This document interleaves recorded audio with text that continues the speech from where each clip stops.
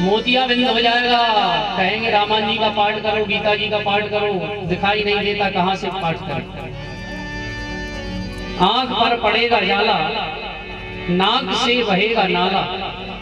भाई योग प्राणायाम करो तो बोले महाराज कर ही नहीं सकते। चलो मंदिर ही चलो तो बोले लाठी से पड़ेगा पाला जरा जिंदगानी में। शक्ति ना रहेगी तो भक्ति क्या करोगे तुम, पड़े पड़े फूकते रहोगे पीकदानी में। इसलिए कहते हैं भैया भजन कर लो जवानी, भगवान का भजन।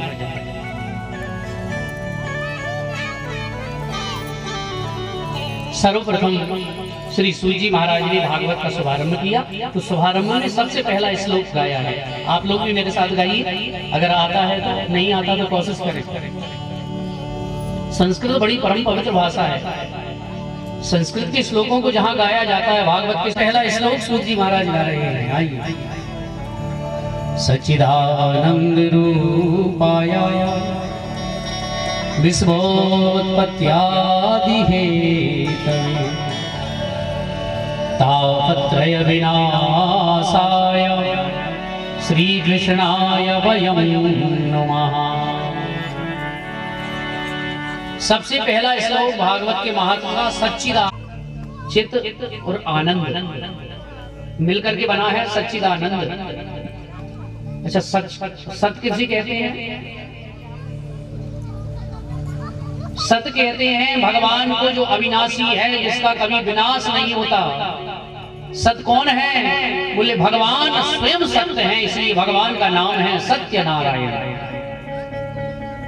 नारायण भगवान कौन है? सत्य है, इसलिए ज्यादा से ज्यादा सत्य बोलो। भागवत में सबसे पहले सत्य आया है, सत्य बोलो। लेकिन संसार में ऐसा एक भी जीव नहीं है जो सत्य बोलता हो। वो बोलता भी हो तो कैसे बोले? अब तो झूठ बोलने की मशीन चल गई, जेब में ही रहती है। कहाँ हो महाराज? धरना चाहे गांव पे हो, झूठ बोल गए। और चित यानी दूसरा शब्द है सत्य, पहला शब्द है सत्य यानी भगवान नारायण। चित यानी होता है प्रकाश। जैसे हमें कोई पुस्तक रात में पढ़नी हो तो प्रकाश की जरूरत पड़ेगी, लेकिन जिस परमात्मा को कभी किसी से प्रकाश लेने की जरूरत नहीं पड़ती है, जो स्वयं प्रकाशमान है, प्रकाश स्वरूप है। चित यानी प्रकाश, भगवान ही प्रकाश है। यदि भगवान सूर्य ना निकले तो संसार में अंधेरा छा जाए, कैसी भी लाइट जलाई जाए। और तीसरी बात है आनंद। आनंद किसे कहते हैं? क्या घर में डल्लक के गद्दे पर सोने का नाम आनंद है? क्या सुंदर सुंदर खीर मालपुआ खाने का नाम आनंद है? आखिर आनंद किसे कहते हैं? संसार में जितने भी शब्द हैं उनका उल्टा बना है, लेकिन आनंद का कभी कोई पर्यायवाची शब्द नहीं है। क्योंकि आनंद कौन है? बोले आनंद बाहर की वस्तु नहीं है, आनंद तो हृदय की वस्तु है। और आनंद कौन है? ध्यान रखना, भगवान राम का जब जन्मोत्सव हुआ, वशिष्ठ जी महाराज के पास राजा दशरथ जी लेकर के गए और नामकरण करवा रहे हैं। तो सबसे सुंदर चौपाई गाई है वशिष्ठ जी महाराज, लिखते हैं गोस्वामी बाबा रामायण में। तो आनंद क्या है? जो आनंद सिंधु सुख राशि, जो आनंद सिंधु सुख राशि, सीधन लोके सुभाषी, सीधन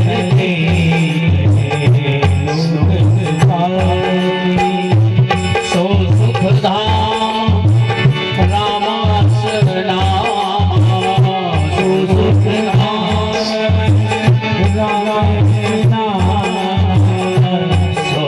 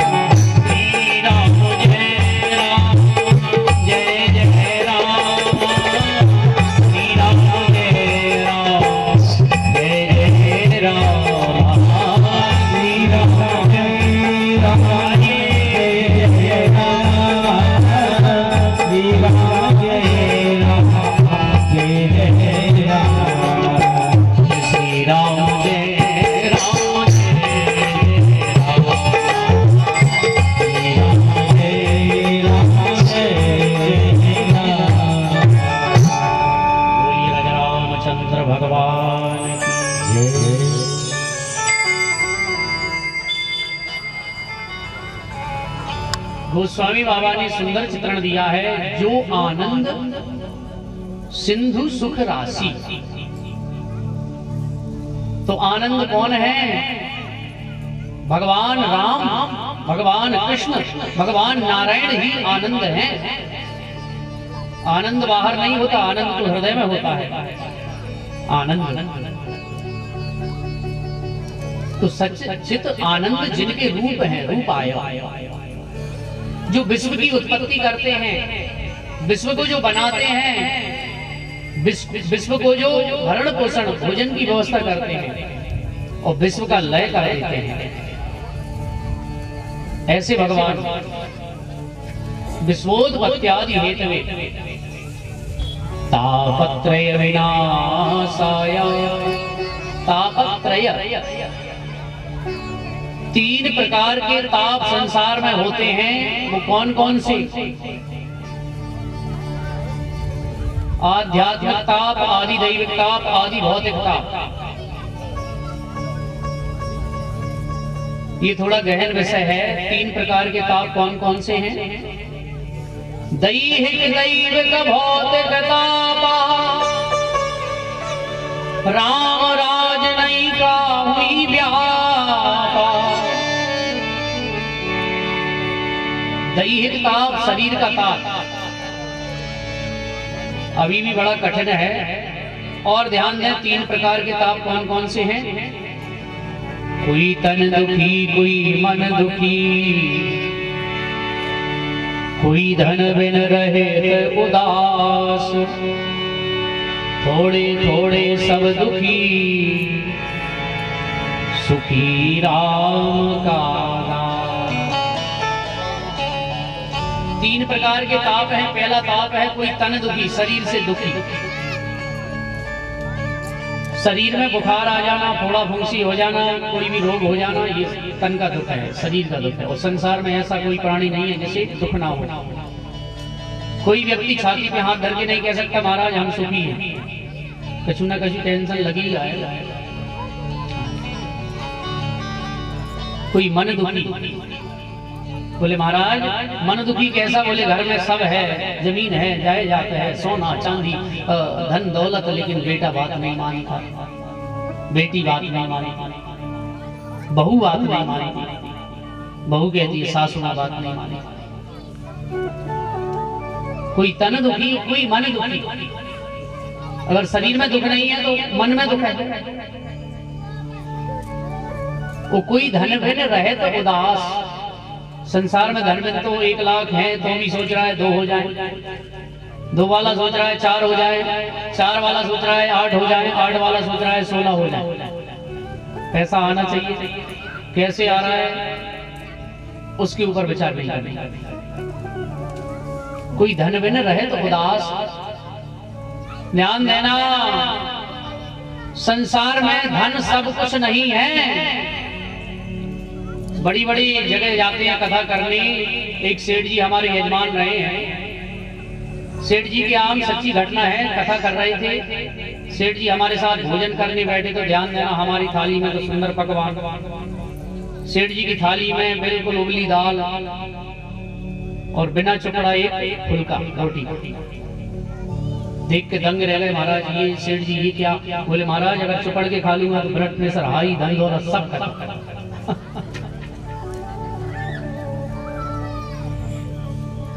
तो मैंने कहा सेठ जी आपके ये किचन में काजू बादाम किस्में सब रखे हुए हैं, आप खाते नहीं, धन है, ऐसी दौलत का क्या करोगे? बोले महाराज अगर खा ली उसी दिन हमारा राम नाम। तो मैंने कहा ये देखने के लिए? बोले तो महाराज जी हम तो दूर से ही देख लेते हैं, जय हो काजू महारानी, जय हो बादाम देवी, खा नहीं सकते। अच्छा ऐसे धन से क्या? करोड़ों की संपत्ति।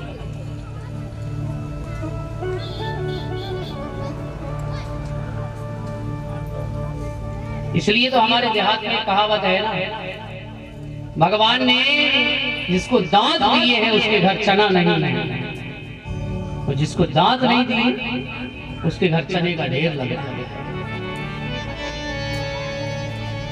परमात्मा की बड़ी एक लीला है। कोई धन बिन रहे तो उदास, थोड़े थोड़े सब दुखी, सुखी राम के दास।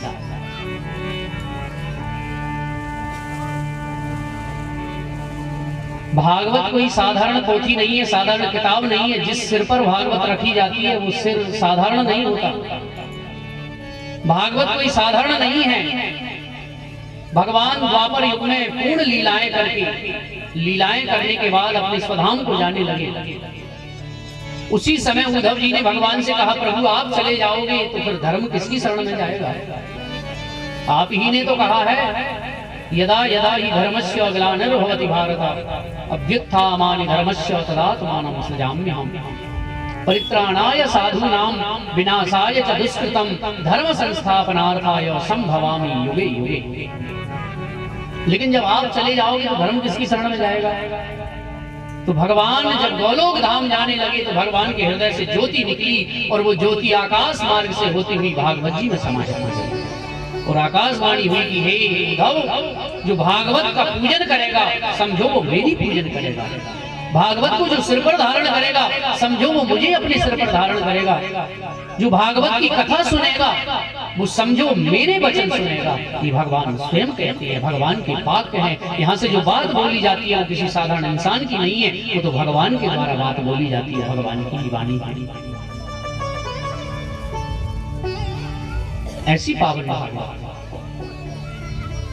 राजा परीक्षित को सुखदेव जी सुनाने लगे। उसी समय देवता आए अमृत कलश लेकर के, महाराज अदला बदली कर लो अमृत। तो देवता कहने लगे राजा परीक्षित को पिला दो, और जो भागवत रूपी अमृत है वो आप हमें पिला दो। सुखदेव जी ने मना कर दिया, नहीं। स्वर्ग का अमृत पीने के बाद भी व्यक्ति को नीचे आना पड़ता है, लेकिन भागवत को जो एक बार सच्चे मन से श्रवण कर लेता है उसका तो आने जाने का चक्कर ही मिट जाता है। भगवान के चरणों में शरणागति हो जाती है, भगवान के चरणों में प्रेम मिल जाता है, भगवान के चरणों में उसका स्थान मिल जाता है। भगवान तो ऐसे पावन है। और ये कथा साधारण नहीं है। सुखदेव सूत जी महाराज कहते हैं, देवर्षि नारद जी ने भगवान ब्रह्मा जी के मानस पुत्रों से ये कथा सुनी। 88,000 संतजन बोले, महाराज हमने तो सुना है नारद जी एक क्षण से ज्यादा रुकते नहीं, तो फिर कथा कैसे सुनते? नारद जी ज्यादा नहीं रुकते, और जहां बैठ करके शांत चित्त मन से कथा न सुनी जाए तो फिर कथा का क्या मतलब? तो कहते एक समय की बात है, देवर्षि नारद तीव्र गति से दौड़े दौड़े चले आ रहे थे आकाश मार्ग से, वीणा बजा रहे हैं, चले आ रहे हैं। ब्रह्मा जी के मानस पुत्र सनक, सनंदन, सनातन, सनत कुमार चारों भाई मिले। चारों भाइयों ने नारद जी से पूछा, अरे नारद आज आपका मन उदास क्यों है? हमने तो सुना है किसी संत का दर्शन व्यक्ति को हो जाए, जीव को हो जाए तो व्यक्ति प्रसन्न हो जाता है, लेकिन आज आप जैसा ही संत दुखी है। तो नारद जी सुनाने लगे, महाराज मैंने संसार का भ्रमण किया, कहां कहां गया, बद्रीनाथ धाम गया, काशी गया, मथुरा गया, वृंदावन गया, लेकिन मुझे कहीं भी शांति नहीं मिली। नारद जी कहते हैं, जब मैं श्रीधाम वृंदावन में गया तो वहां मैंने एक कौतूहल देखा। एक जवान नारी और उसके पुत्र बूढ़े बने, मूर्छित बने। वृंदावन में भक्ति बढ़ी है, भक्ति का बुढ़ापा नहीं आ सकता, और ज्ञान वैराग्य का बुढ़ापा आ गया। बोले महाराज मैं जब गया वृंदावन में तो भक्ति माता ने मुझे पुकारा, अरे नारद आओ, मुझे संकट से उबारो, मेरे पुत्र बूढ़े हैं, उनको बुढ़ापा दूर करो। तो नारद जी ने गीता जी के श्लोक पढ़े, गायत्री मंत्र पढ़ा, लेकिन फिर भी मूर्छा नहीं जागी ज्ञान वैराग्य की। तभी आकाशवाणी हुई, अरे नारद ज्ञान वैराग्य के बुढ़ापे को सत्कर्म होता क्या है?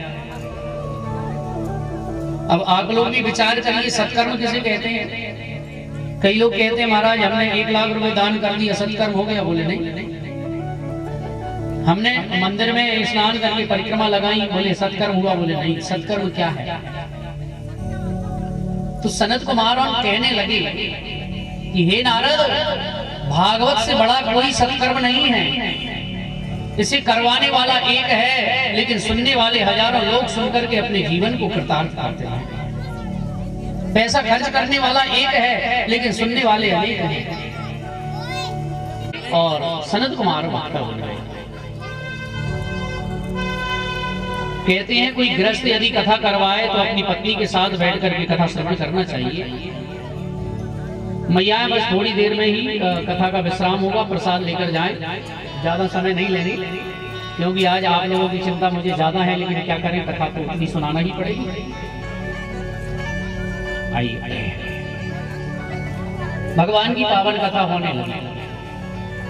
भक्ति ज्ञान वैराग बूढ़े बने हैं आए, और आसनों ने कहा कि जीवन में जिसने पाप किया है, ऐसा पापी व्यक्ति भी अगर किसी के द्वारा सत्संग, एक क्षण के लिए सत्संग सुन ले तो भी वो उद्धार हो जाता है, कल्याण हो जाता है। लेकिन यदि किसी व्यक्ति ने जीवन में कभी शुभ कर्म नहीं किया, धर्म परायण रहा है, और कहते हैं जीवन में पाप करते करते यदि मृत्यु को भी प्राप्त हो गया, भूत प्रेत भी बन गया, उसके नाम से भी यदि कथा करवा दी जाए तो उसका भी उद्धार हो जाता है। नारद जी ने कहा महाराज मेरी समझ में नहीं आई, मरने के बाद भूत प्रेत बन जाए तो भी उद्धार हो जाए भागवत की कथा से? बोले हाँ, बूढ़ा व्यक्ति कथा सुन करके जवान हो जाए, ज्ञान वैराग बूढ़े हैं, जवान होने के लिए तो कथा सुनी जा रही है। अब जितने पीछे बूढ़े बूढ़े बैठे हैं सोच रहे होंगे महाराज बढ़िया है, हमारा बुढ़ापा खत्म होने वाला है, नरेश जी ने बढ़िया कथा करवाई, अब बुढ़ापा खत्म। बुढ़ापे का मतलब ये है कि जीवन में यदि कथा सत्संग में कीर्तन में नाचने का मन हुआ और नाचने लगा तो 80 साल का व्यक्ति नाचने लगा तो बुढ़ापा खत्म हो गया। उसके हृदय में भक्ति बढ़ जाती है, भाव जागृत हो जाता है। तो सनत कुमारों के लिए बड़ी सुंदर कथा याद आई और श्री नारद जी को कथा सुनाने लगे कि हे नारद ध्यान से सुनो, एक समय की बात है,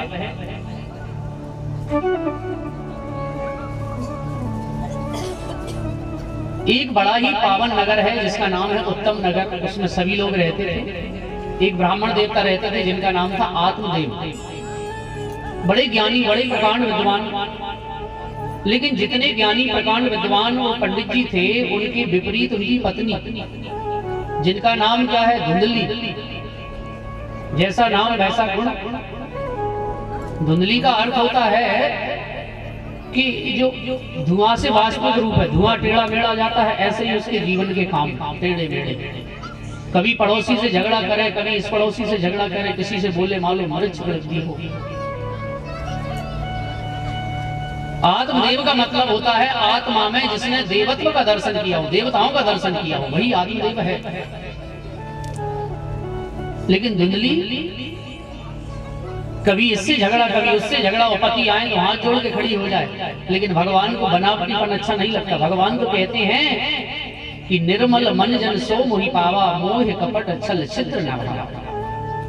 अपना निर्मल मन बनाओ, मैं तुम्हें मिल जाऊंगा, लेकिन व्यक्ति का निर्मल मन नहीं हो सकता। छल कपट तो भरा ही है। मंदिर में हम जाते हैं, ध्यान देना, आरती गाते हैं ना, तेरा तुझको अर्पण, क्या कहते हैं, तेरा 100 बीघा जमीन तेरी। और फिर पंडित जी ने आरती आगे की तो 1 रुपया ढूंढते हैं कि रखा। अभी क्या कह रहे हैं, तेरा, फिर कहेंगे धन मन धन और जीवन। और अगर किसी ने कह दिया मंदिर में झाड़ू लगा, हाँ पुजारी को किस लिए रखा है? अभी कह रहे थे तन शरीर भी तुम्हारा है, लेकिन धन झूठी कहते हैं या नहीं कहते भगवान के सामने? भगवान हंसते होंगे जो आरती बनाने वाले, क्या आरती बनाई है, बिल्कुल झूठी आरती।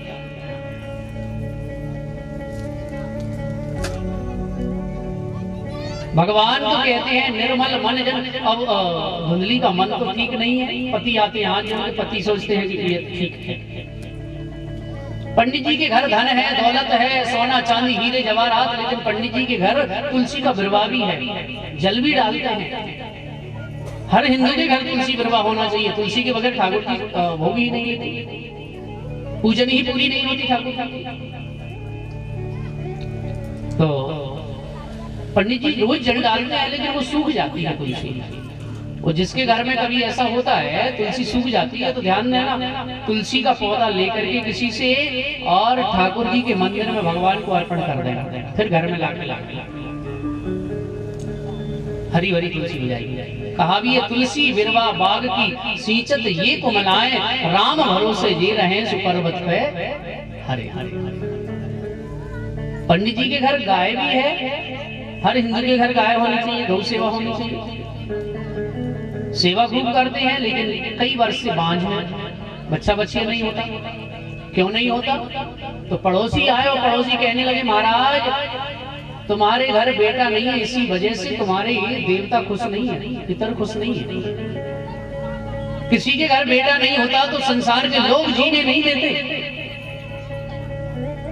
तुम्हारे पितर खुश नहीं है, देवता खुश नहीं है। विद्वान ब्राह्मण गीता भागवत को जानने वाला लोगों ने जब ऐसा कहा, रोता रोता जंगल में गया और जंगल में जाकर स्थान पर बैठ गया और भगवान से बस एक ही लट, मुझे बेटा चाहिए, बेटा चाहिए, बेटा चाहिए। भजन में मन थोड़ी लगेगा, संसार की जो वासना लेकर के जाएगा। भजन तो वही कर सकता है जो संसार की वासनाओं से विमुख होकर जाएगा। 3 दिन हो गए, 3 रात्रि हो गई रोते रोते। अब जंगल में क्या बेटा रखा? लेकिन कोई संत तपस्या करके जंगल के रास्ते लौट रहे थे कि पंडित जी आत्मदेव जी को उन्होंने जंगल में देखा। ये हमारा जो चेहरा होता है ना, ये कैमरा होता है, इसमें व्यक्ति कितना दुखी है, कितना सुखी है, कितना धनवान है, कितना निर्धन है, सब लिखा रहता है सबके चेहरे पे। लेकिन इसके पढ़ने वाला होना चाहिए, क्योंकि कथा में यहाँ से हम सबके चेहरे पढ़ते रहते हैं, किसको क्या चाहिए। कुछ लोग चाहते हैं महाराज भजन तो गाएंगे, कुछ लोग कहते हैं महाराज कथा तो सुनाई नहीं। तो जो चेहरा पढ़ना समझ गया, समझो वो कथा कहना समझ गया। संत जी समझ गए कि विद्वान ब्राह्मण है लेकिन दुखी है। पूछा कदम रोदिसी विप्रो, क्यों रो रहे हो महाराज? बोले महाराज मैंने जो पाप किया है उसको भोग रहा हूँ। क्या पाप किया है? मेरे घर बेटा नहीं है। पंडित जी समझाने लगे क्या करोगे बेटा लेकर के? अगर बेटा घर में होता है क्या गारंटी बड़ा होकर के वो हमारी सेवा करेगा या डंडे मारेगा? कोई बता सकता है कि हमने जो बेटा को जन्म दिया है वो बड़ा होकर के सेवा करेगा या डंडे मारेगा? कोई नहीं कह सकता। पता नहीं है कलयुग के कैसे बेटे होंगे। इसलिए क्या करोगे बेटा लेकर के? बेटा घर में नहीं हुआ तो 2-4 साल रोते हैं, भैया नहीं हुआ क्या करें। और बेटा होने के बाद यदि नालायक हो गया तो जीवन भर रोना पड़ता है, जीवन भर रुलाएगा। इसलिए घर में बेटा तो हो, भगवान से प्रार्थना करो घर में बेटा हो। जैसे एक चंद्रमा सारे संसार को प्रकाश कर देता है, तारागण हजारों मिलकर भी नहीं कर पाते। बेटा घर में हो, सद्गुण वाला बेटा होना चाहिए। इसलिए क्या करोगे बेटा लेकर के पंडित? लेकिन आत्मदेव जी कहने लगे महाराज अब संतों के पास जाओ तो ज्ञान बताने लगते हैं, हमें तो बेटा चाहिए। इतनी पोथी पत्र तो हमने भी पढ़े महाराज, बेटा दो। संत ने कहा तुम्हारी मैं मस्तक रेखा देख चुका हूं, 7 जन्मों तक पुत्र सुख प्राप्त नहीं हो सकता। 7 जन्मों तक बेटा नहीं है तुम्हारे जीवन में सुख।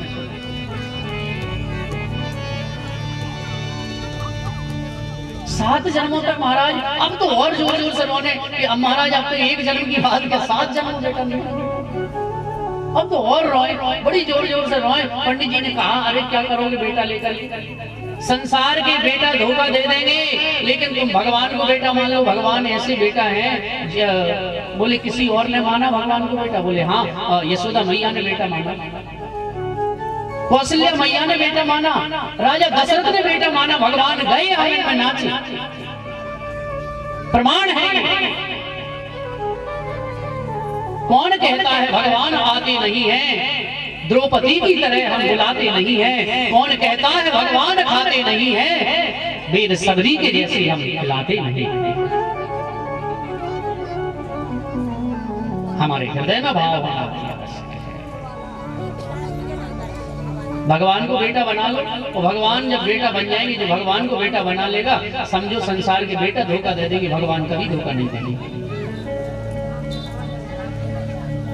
अब तो पंडित जी कहने लगे, महाराज ज्ञान की बातें तो मैं सब जानता हूं, मुझे तो बेटा चाहिए।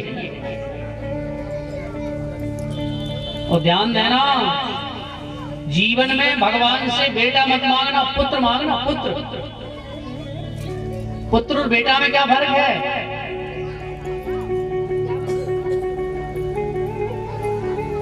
क्योंकि भगवान राम जी जब पधारे दशरथ जी के यहाँ, तो राजा दशरथ जी ने जब सुना भगवान की किलकारियां, भगवान जब रोए, तो दशरथ पुत्र जन्म सुन काना, वर्णन आता है रामायण में, पुत्र का जन्म सुना। और जब पुत्र आता है तो ध्यान देना, बड़ी प्रसन्नता होती है। और बेटा जिस घर में आ गया, बेटा माने बंटवारा चालू हो गया। बेटा बटा बेटा